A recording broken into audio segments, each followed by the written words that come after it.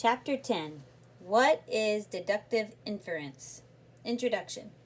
In the past 6 chapters, we have discussed proposition, which is the verbal expression of judgment. We discussed how propositions are logically opposed and how they are logically equivalent. We also discussed how terms are distributed in each kind of proposition. In the preceding 3 chapters, we discussed simple apprehension, or term. Simple apprehension is the first logical operation of the mind. Judgment is the second. In this chapter, we will turn to the study of the third logical operation of the mind, syllogism, which is the verbal expression of deductive inference. Mental act, simple apprehension, judgment, deductive inference, verbal expression, term, proposition, syllogism. Reasoning. Deductive inference is one kind of reasoning. Reasoning is defined as follows. Reasoning is the act by which the mind acquires new knowledge by means of what it already knows. When we reason, we take truths that are already known to us and by the use of reasoning, arrive at another truth. There are 2 kinds of reasoning. 1, deduction. 2, induction. Remember that in this book we are studying only deduction. Let us look once again at the following argument. All men are mortal, Socrates is a man, therefore Socrates is mortal. There are 3 acts which occur in our minds when we make an argument like this. First, we perceive the first premise, all men are mortal, as being true. Secondly, we perceive the second premise, Socrates is a man, as also true. These 2 steps are together called the antecedent. The word antecedent is made up of 2 Latin words, ante, which means before, and cedere, which means to go. These first 2 steps, the recognition that each of the 2 premises is true, go before or precede in the act of reasoning. Each one of the first 2 steps is an act of judgment, which is, as we said, the second operation of the mind. The third step is an act of deductive inference, the third logical operation of the mind.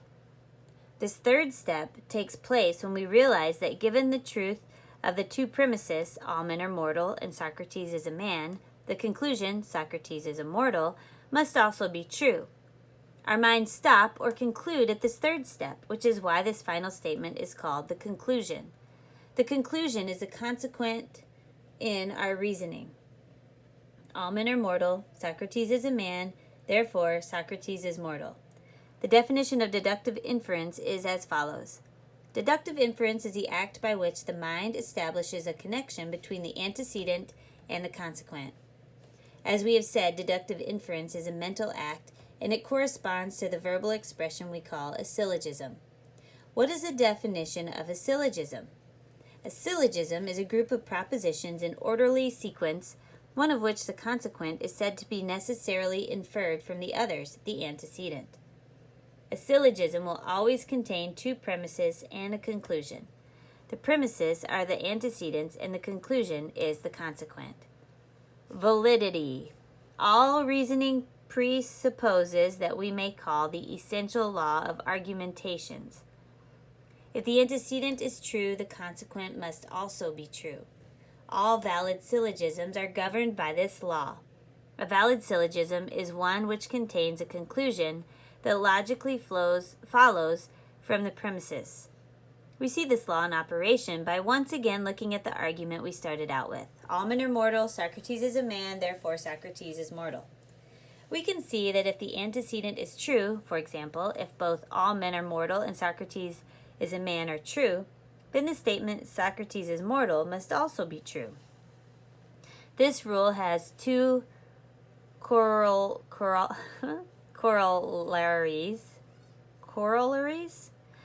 Don't know the word, sorry. To it. If the syllogism is valid and the consequent is false, then the antecedent, for example, one or both of the 2 premises, must be false.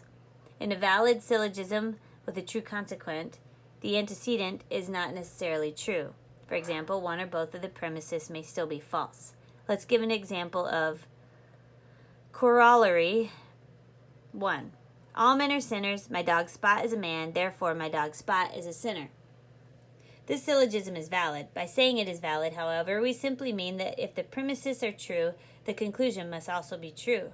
But the conclusion is false. By applying corollary, I'm sorry. 1, we see that if the conclusion is false, one or both of the premises must be false. In this particular argument, we see the problem right away. The second premise, my dog Spot is a man, is obviously false. Let's also give an illustration of corollary 2. All vegetables are philosophers. Socrates is a vegetable. Therefore, Socrates is a philosopher. In this syllogism, we notice that the conclusion is true. Socrates was indeed a philosopher, but we know from corollary 2 that just because a conclusion is true, it doesn't mean that the antecedent, for example, the two premises, must be true. Indeed, we see in this argument that even though the consequent, which we also call the conclusion, is true, neither of the premises are true. Terms in a syllogism. There are 3 terms in a syllogism: the major term, the minor term, and the middle term. They are arrayed in a valid syllogism as follows. Major term. The major term is a predicate of the conclusion. Minor term. The minor term is a subject of the conclusion. Middle term. The middle term is a term that appears in both premises, but not in the conclusion. Let's look at a real syllogism again. All men are mortal. Socrates is a man. Therefore, Socrates is mortal. We see in this syllogism that there are 6 terms used, but some of them are the same. There are actually 3 terms used twice each. Using the definitions of the 3 kinds of terms above, we can determine what are the minor, major, and middle terms in this argument. We see that the minor term is the subject of the conclusion. What is the subject of the conclusion in this argument? It is Socrates. Therefore, Socrates is a minor term. We see that the predicate of the conclusion is a major term. What is the predicate of the conclusion in the argument? It is mortal. Therefore, mortal is a major term. We see that the middle term is a term used in both premises, but not in the conclusion. What term in our argument is used in both premises, but not in the conclusion? It is men. Therefore, men is a middle term. We know then that the minor term is Socrates, the major term is mortal, and the middle term is men. Let us now label our terms in order to more easily identify them. Let us label the minor term S, since it is the subject of the conclusion. Let us label the major term P, since it is a predicate of the conclusion. And let us label the middle term M. Our syllogism will then look like this. If we wanted to simplify even further, we could reduce all the terms to letters, just like we did when we were studying statements. All M is P, all S is M, therefore all S is P. In addition to the labels we attach to the terms themselves, there are also labels we attach to the premises in an argument. One of the premises we call the major premise, the other we call the minor premise. How do we know which is which? It is quite simple. Major premise. The major premise is a premise which contains the major term. The minor premise is a premise which contains the minor term. In our argument, which is a minor and which is a major premise? We know that the major term is a predicate of the conclusion. The predicate of the conclusion is mortal. The term mortal is contained in the first premise. Therefore, the first premise is a major premise. We know also that the minor term is the subject of the conclusion. The subject of the conclusion is Socrates. The term Socrates is contained in the second premise. Therefore, the second premise is a minor premise. Proper formation of a syllogism. In the example syllogism we just looked at, in order to illustrate how to identify the major and minor premises, we found that the major premise was the first one. It is very important to remember that the major premise should always be put first in a syllogism. We say a syllogism is properly formed if the major premise is first, the minor premise second, and the conclusion third. Note, however, that when we see a syllogism, we should not automatically assume that the first premise is a major premise. The syllogism could be improperly formed and have the minor premise first instead. In that case, we should change it so it is properly formed by placing the major premise first. But in determining which premise is a major premise, do not assume it is the first premise. Instead, apply the definition of the major premise given above. The principles of the syllogism. Categorical syllogisms state state the identity of two terms, the minor and major terms, by virtue of their mutual identity with a third term, the middle term. Behind the rules that govern the syllogism, there are four principles which are fundamental to all logical thought. The principle of reciprocal identity. Two terms that are identical with a third term are identical to each other. For example, in the argument above, the term mortal is said to be identical with the term man, and the term mortal is also said to be identical to the term Socrates. Since both Socrates and man are identical to mortal, then the terms Socrates and man must be identical to each other. In other words, if S is identical with M and P is identical with M, then S is identical to P. The principle of reciprocal non-identity.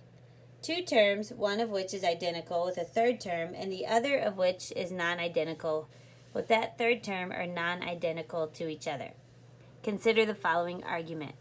No men are angels. Socrates is a man, therefore Socrates is not an angel. We see here that although Socrates is said to be identical with man, angel is not identical with man. Since Socrates is identical with man but angel is not, Socrates cannot be identical with angel. In other words, if S is identical with M but P is not identical with M, then S is not identical with P. The dictum de omni. What is affirmed universally of a certain term is affirmed of every term that comes under that term. This principle is apparent also in our original syllogism. Since mortality is affirmed universally of man, every term that comes under the extension of man shares in it.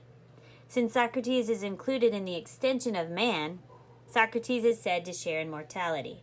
The dictum de nullo. What is denied universally of a certain term is denied of every term that comes under that term. Consider the following argument. No man is God, Socrates is a man, therefore Socrates is not God. This argument denies divinity universally of men. Since Socrates comes under men, it is denied of Socrates too. Summary. In this chapter, we began discussing the syllogism. We explained that the syllogism is a verbal expression of a deductive inference. We explained that deductive inference is one kind of reasoning. We defined reasoning as the act by which the mind acquires new knowledge by means of what it already knows. We said that all reasoning assumes the essential law of argumentation, which says, if the antecedent is true, the consequent must also be true. We define deductive inference as the act by which our mind establishes a connection between the antecedent and the consequence. We define the syllogism as a group of propositions in orderly sequence, one of which the consequent is said to be necessarily inferred from the others, the antecedent.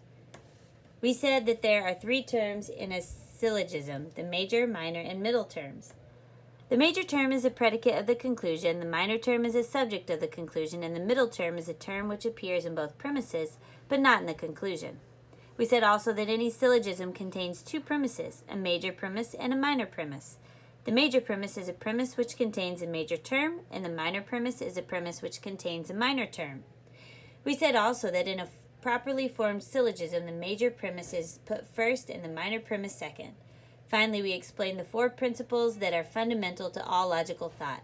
The principle of reciprocal identity, the principle of reciprocal non-identity, the dictum de omni, and the dictum de nullo.